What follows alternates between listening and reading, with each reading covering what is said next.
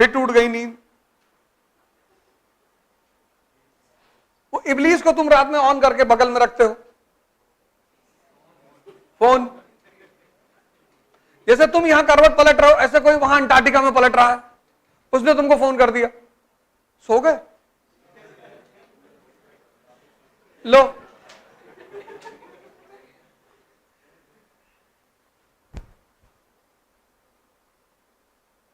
ढाई ढाई तीन तीन बजे तक लोग व्हाट्सएप पे ऑनलाइन रहते हैं। सुबह देखता हूं कुछ लोगों को 3-3 बजे तक ऑनलाइन है,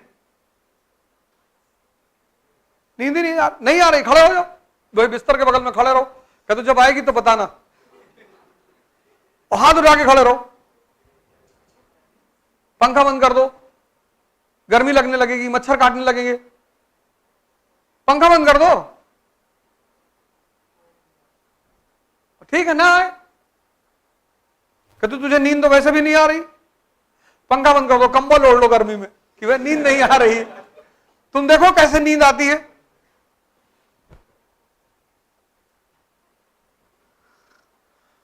तुम देखो कैसे नींद आती है। तुमने इसको इतना कंफर्टेबल बना दिया, इसको हर बात इसकी सुनते हो तुम,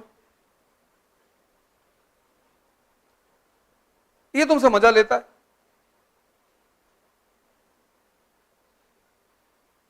तुमको डराता है, खेलता है तुमसे।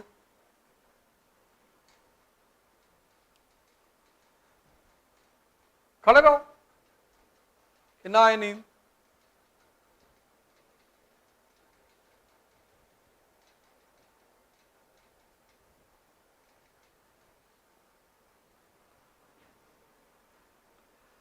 वो चीज तुम सीखते नहीं, सेल्फ पनिशमेंट।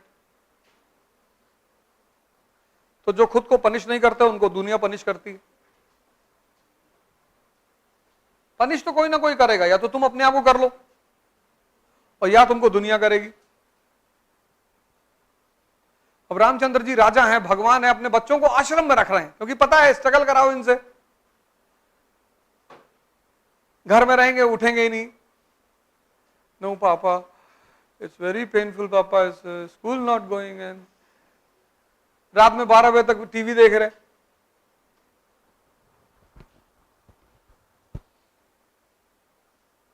हमारी अम्मा हमको घसीट कर स्कूल ले जाती थी।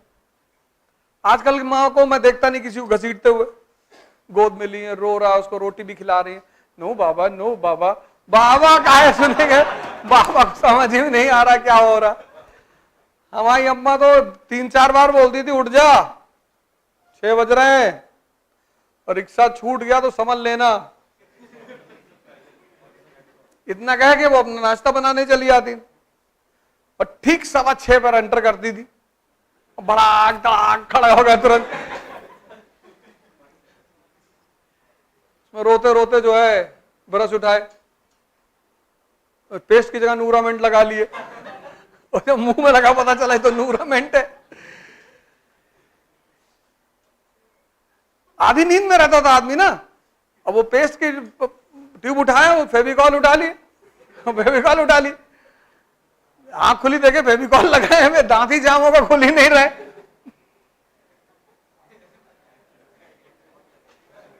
फिर रोते रोते 6:40 में फिर बेल्ट छिपा देते थे, गेहूं की बोरी में बेल्ट डाल दिए। और स्कूल बिना यूनिफॉर्म के तुम जा नहीं सकते, 3-4 फाइट और पड़ा, बेल्ट लेके आओ, कहा वहां बेल्ट निकाल के लाए, लगाया गया। फिर स्कूल पहुंचे, वहां मैडमों मार दी 2-3 हाथ, इधाले मैथ की कॉपी में ज्योग्राफी का काम करके लाया। तो पूरी जिंदगी एक हंगामा होती थी। कह रहा भगवान, घर पे भी मार खाओ, स्कूल में भी मार खाओ, चारों तरफ मार खाओ, लेकिन सब सही मारते थे। यहां हाथ वाथ पे मारते थे, कोई ऐसे कान पे थोड़ी मारता था कि कान का पर्दा फट जाए। यहां मारते थे, साग मारो ले रहे, आप नहीं करेंगे सर, ऐसे करता था। और जो डेंजर टीचर होता था वो इस तरफ मारता था, धूप में खड़ा कर दिए, जाओ क्लास के बाहर खड़े हो जाओ। खड़े, पनिशमेंट मौज होती थी स्कूल में, बाहर खड़े, कुछ टीचरों को पता चल गया कि ये तो मजा लेते जा रहे हैं, बाहर निकल गए।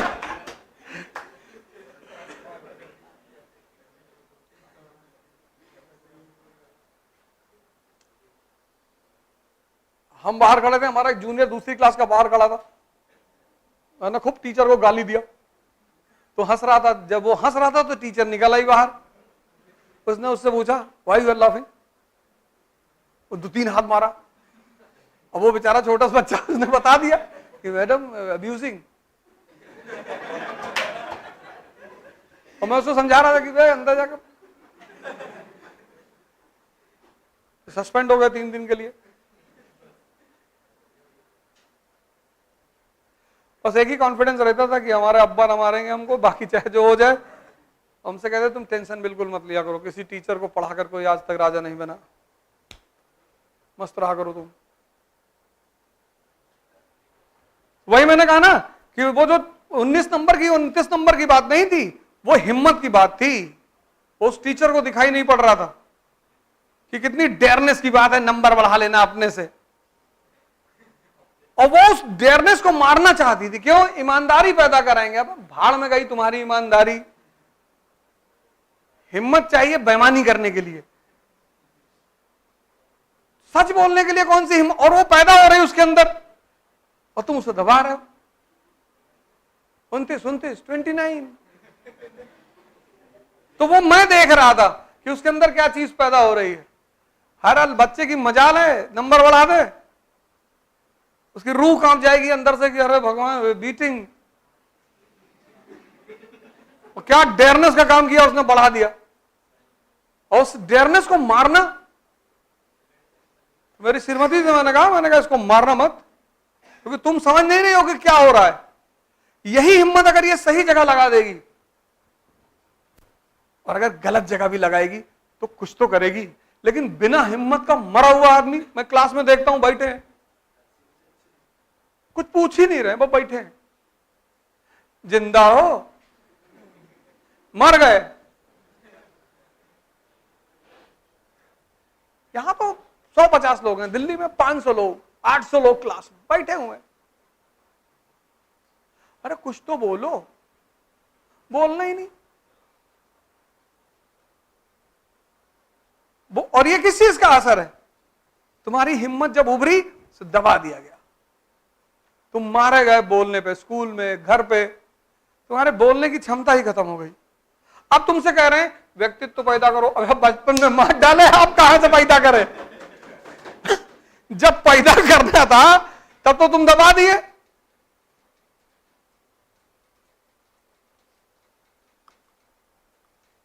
बुढ़ापे में कोई साइकिल सीख पाता है?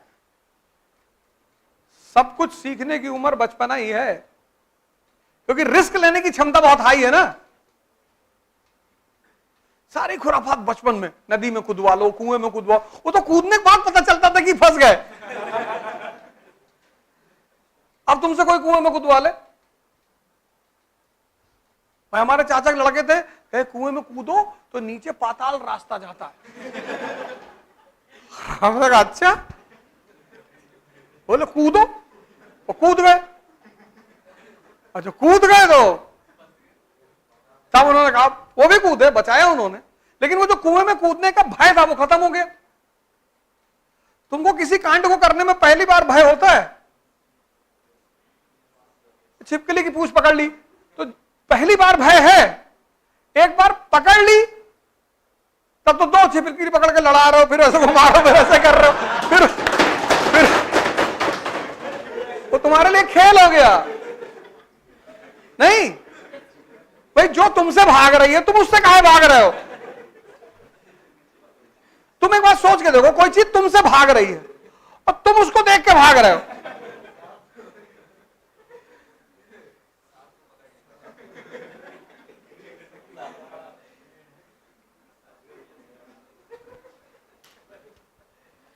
अब कह रहे हैं इंग्लिश सीखो, बचपन में इंग्लिश पढ़ाया नहीं।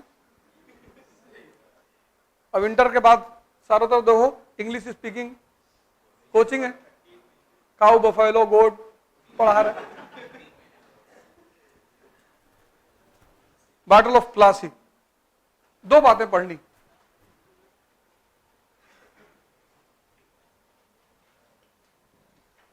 पहली बात, important features, important features of this battle. दूसरा, रेलेवेंसी। रेलेवेंसी को हिंदी में क्या बोलते हैं? प्रासंगिकता। पहला इंपॉर्टेंट फीचर्स, प्रमुख लक्षण। दूसरा relevancy, important features, sorry, relevancy मतलब प्रासंगिकता, इंपॉर्टेंट फीचर्स प्रमुख तत्व। पहला तत्व,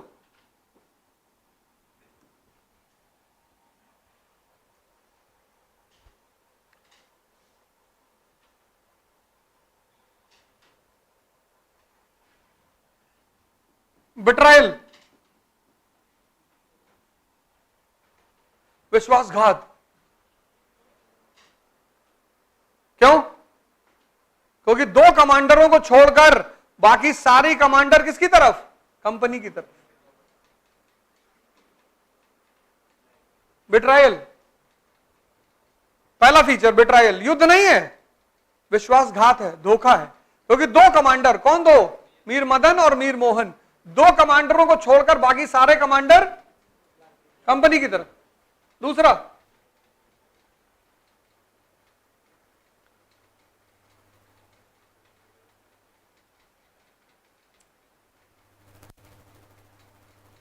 रोल ऑफ मीर जाफर।